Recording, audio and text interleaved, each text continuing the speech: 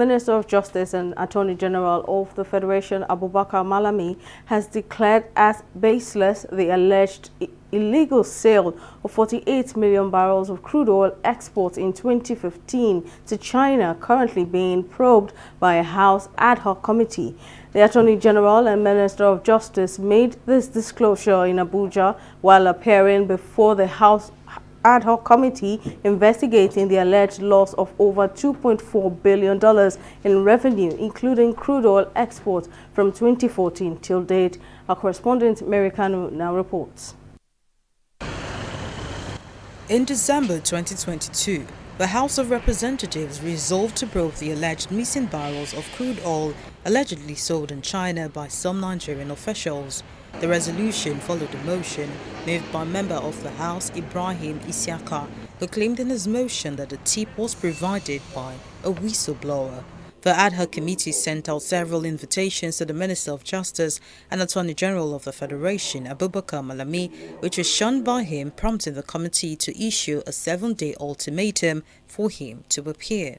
Finally, Malami appears before the ad hoc committee for the investigative hearing, and while reacting to the sales of the crude oil, said President Muhammadu Buhari got the news of the alleged missing oil in 2016 and set up a committee to investigate the matter. Mr. Chairman, sometimes in 2016, allegations were rife and hyped in the social media.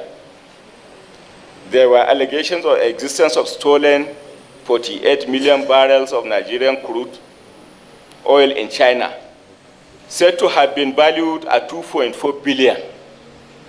The President Muhammadu Buhari, informally requested the Attorney General, making reference to my humble person, Mele Kyari, former DGSS Lawal Daura, and late Abba Kyari, to look into it and advise.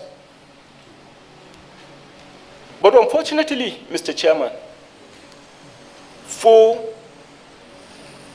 there to be a reasonable ground for suspicion, at least you require certain basic facts. The committee also raised concerns on why stolen funds recovered were deposited in an asset recovery account instead of the Federation account as stipulated by law.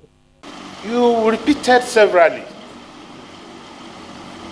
that all the recoveries, even the ones you made by yourself, were deposited in asset recovery accounts.